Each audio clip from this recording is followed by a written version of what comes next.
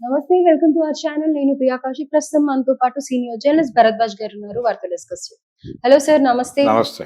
Sir, Tollywood ఇండస్ట్రీలో number 1 position గురించి ఎప్పుడు చర్చలు జరుగుతూనే ఉంటాయి. అయితే ఒక్కొక్కసారి హీరో గురించో, ఒక్కొక్కసారి డైరెక్టర్ల గురించో అవుతూ ఉంటుంది. అయితే ఇప్పుడు డైరెక్టర్స్ గురించి వరుసగా విజయాన్ని ఎక్కడ ఫ్లాప్స్ లేకుండా సినిమాలు తీస్తున్నారు అంటే అది కేవలం రాజమౌళి గారే అని ఒక వర్గం అంటూ ఉంటే, ఇంకొకళ్ళేమో కాదు కాదు అనిల్ రావిపూడి అని అనేసి అని అంటూ ఉన్నారు.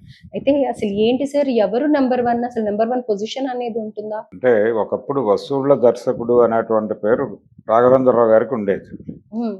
అయితే రాఘవేంద్రరావు గారు కెరియర్లో కూడా ఫ్లాప్లు ఉన్నాయి.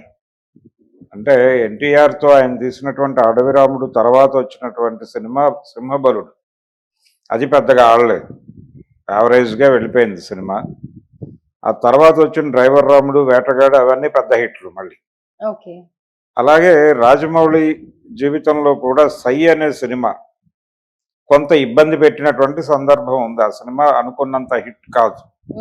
ఆ సినిమా కోసం ఆయన చాలా కష్టపడ్డాడు, మంచి పేరు వచ్చింది ఆ సినిమాకి. కానీ కొన్ని ఏరియాల్లో నష్టాలు వచ్చినాయి అని ప్రొడ్యూసర్, ఆ సినిమా ప్రొడ్యూసర్ గిరి గారు ఈ మధ్య ఇచ్చినటువంటి కొన్ని ఇంటర్వ్యూస్లో బాధపడ్డాడు. అయితే అదే సమయంలో ఆయనకు ఒక హామీ ఇచ్చాడు రాజమౌళి. అదేంటంటే రజనీకాంత్ హీరోగా మీకు ఒక సినిమా చేస్తాను అని, దానికి సంబంధించి కథ రెడీ అవుతోంది అని విజేంద్ర ప్రసాద్ గారు కూడా హామీ ఇచ్చారని, ఆ హామీ నిలబెట్టుకోలేదు వాళ్ళు అనేది ఆయన చెప్పాడు ఒక ఇంటర్వ్యూలో. సో అది ఇప్పుడు తీసుకొచ్చి సై సినిమా కొంత నష్టాలు మిగిల్చింది కాబట్టి రాజమౌళి పూర్తి స్థాయిలో అన్ని హిట్లే తీశాడు, అన్ని సూపర్ హిట్లే తీశాడు, అనే రికార్డులు బద్దలు కొట్టిన సినిమాలే తీశాడు అని ఇప్పుడు జరుగుతున్నటువంటి ప్రచారంలో పూర్తి వాస్తవం లేదు అనేటువంటి ఒక అభిప్రాయం సర్క్యులేట్ అవుతోంది. ఇదే సమయంలో అనిల్ రావిపూడి గొడవ. అనిల్ రావిపూడి తన మొదటి సినిమా పటాస్ నుంచి ఇప్పటి వరకు తను చేసిన ప్రాజెక్టులన్నీ కూడా సక్సెస్ఫుల్గానే నడిచినాయి. రాజాది గ్రేట్ కావచ్చు, ఏదైనా F2, F3 తర్వాత ఇప్పుడు వచ్చినటువంటి సినిమా మధ్యలో సర్లేరు నీకెవరు, అది మహేష్ బాబు లాంటి స్టార్తో కూడా ఆయన సక్సెస్ఫుల్ సినిమా చేశాడు. అలాగే నందమూరి బాలకృష్ణ గారితో ఆయన చేసినటువంటి ప్రాజెక్ట్ కూడా అది బాగా డబ్బులు తీసుకొచ్చినటువంటి ప్రాజెక్ట్గానే నిలబడింది, భగవంత్ కేసరి. కాబట్టి ఎటు చూసినా అన్ని యాంగిల్స్లోనూ తను టచ్ చేశాడు. ఎమోషనల్ సినిమా తీశాడు, మాస్ ఎంటర్టైనరు తీశాడు. కొంత రవితేజకి రాజాజీ గ్రేట్ అనేది చాలా పెద్ద సక్సెస్ ఇచ్చిన సినిమా. ఆయన కెరియర్లో ఒక అంటే అయిపోయింది అనుకుంటున్నటువంటి దశలో ఆయనకి మళ్ళీ హోప్ ఇచ్చినటువంటి సినిమా అది. అలా పర్టికులర్గా అనిల్ రావిపూడి గురించి మాట్లాడాల్సి వస్తే తను భారీ బడ్జెట్ల సినిమాల జోలికి వెళ్ళలేదు. సరదాగా థియేటర్కి వచ్చినటువంటి జనాలు ఎంటర్టైన్ అయ్యే పరిస్థితిలో మాత్రమే సినిమాలు తీశాడు ఆయన. అంటే సినిమా అనేది థియేటర్కి వచ్చిన ప్రేక్షకుడిని ఎంగేజ్ చేయాలి, ప్రధానంగా ఎమోషనలైజ్ చేయాలి, ఎంటర్టైన్ చేయాలి. వీటిలో ఏది చేయకపోయినా జనాలు సినిమాని పక్కకి పెట్టేస్తారు.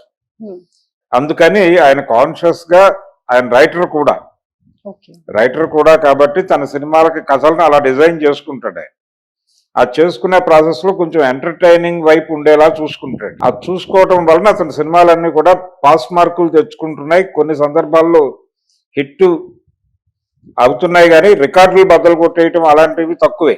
అంటే సంక్రాంతికి వస్తున్నాం చెప్పుకోవచ్చు కదా సార్. సంక్రాంతికి వస్తున్నాం అనేది అది ఈ సంక్రాంతి సీజన్ లో నెంబర్ 1 సినిమాగానే నిలబడింది. అయితే సరిలేరు నీకెవరు మహేష్ బాబుతో ఆయన చేసిన సినిమాతో పాటే అల్లు అర్జున్ తో త్రివిక్రమ్ చేసినటువంటి అలవైకుంఠపురం రిలీజ్ అయింది. ఆ రెండు సినిమాల మధ్య పోటీలో కొంత ఎడ్జ్ అటువైపుకి వెళ్ళింది, అలవైకుంఠపురానికి. అలా అయితే దీనికి కూడా డబ్బులు వచ్చినాయి బాగా, అలాగని దీనికంటే ఎక్కువ డబ్బులు అక్కడ వచ్చినాయి అలవైకుంఠపురానికి. కాబట్టి ఇతను సక్సెస్ఫుల్ డైరెక్టరే, కానీ అన్ని సందర్భాల్లోనూ రికార్డులు బద్దలు కొట్టేసిన చరిత్ర కాదు.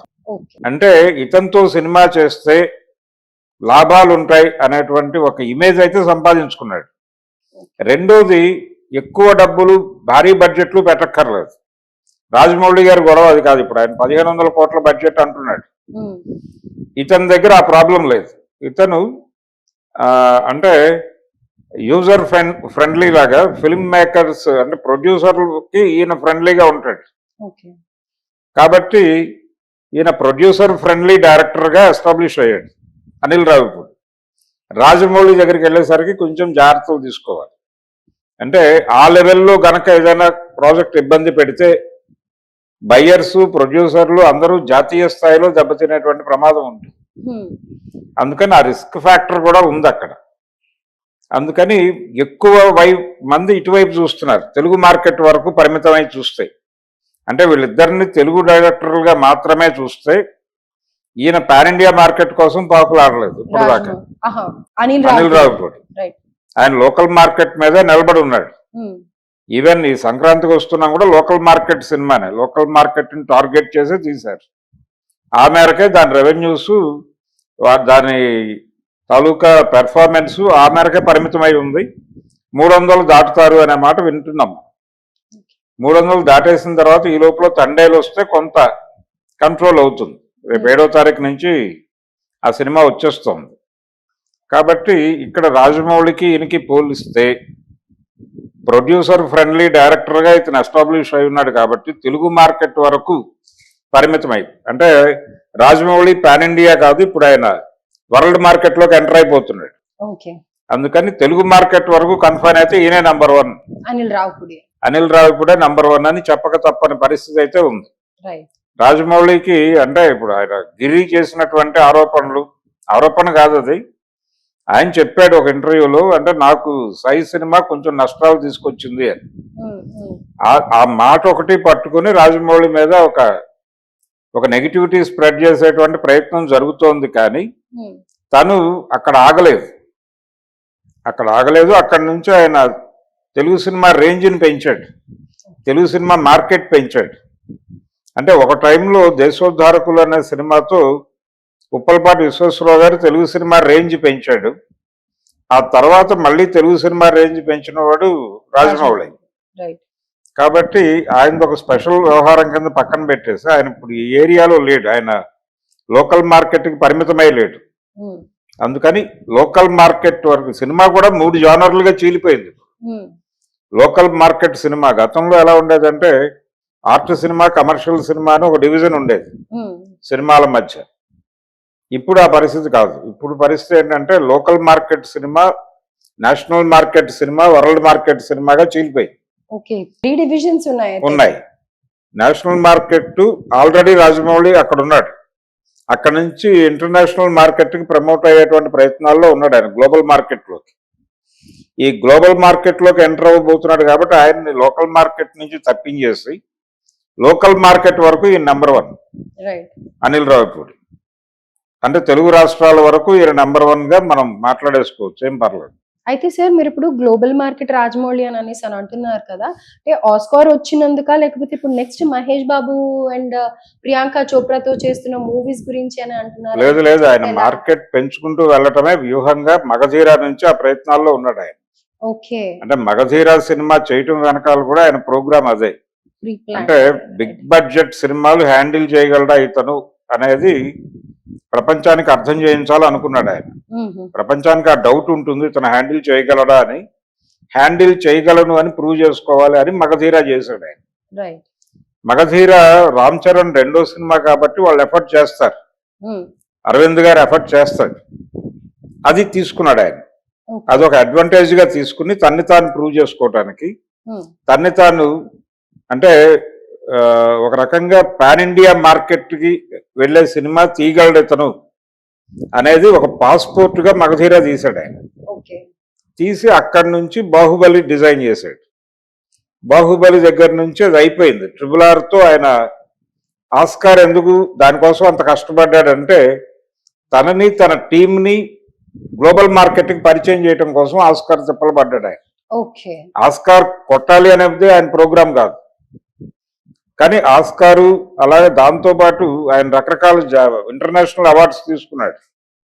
ఈ ఇంటర్నేషనల్ అవార్డుల కోసం ఎందుకు కసరత్తు చేశారంటే గ్లోబల్ మార్కెట్లో వీళ్ళ పేర్లు తెలియాలి. అందుకనే ఆ తాపత్రయపడ్డాడు ఆయన. పడి ఇప్పుడు ఆ ప్లాట్ఫామ్ మీద మహేష్ బాబు సినిమాని లాంచ్ చేస్తున్నాడు. అది అయిపోయిన తర్వాత ఈ లాంచింగ్ ప్రోగ్రామ్ అయిపోయిన తర్వాత దాన్ని ప్రపంచ భాషల్లోకి తర్జుమా చేసే ఆలోచనతో ఉన్నారు. ప్రపంచ భాషలు అంటే ఇంగ్లీష్లోకి, అలాగే ఫ్రెంచ్లోకి అలా వెళ్తుంది అది. ఓకే. అలా వెళ్ళిపోయిన తర్వాత గ్లోబల్ మార్కెట్లో తన పేరు పూర్తిగా రిజిస్టర్ అయిన తర్వాత ఆయన స్ట్రైట్ అవే ఒక హాలీవుడ్ కంపెనీతో టైఅప్ అయ్యి అక్కడ సినిమా చేసే ఆలోచనతో ఉన్నాడు. దానికి ఇది ప్రాతిపదిక. ఓ. అందుకని ఆయన మహేష్ బాబు సినిమాకి 1500 కోట్ల బడ్జెట్ అని చెప్తున్నాడు.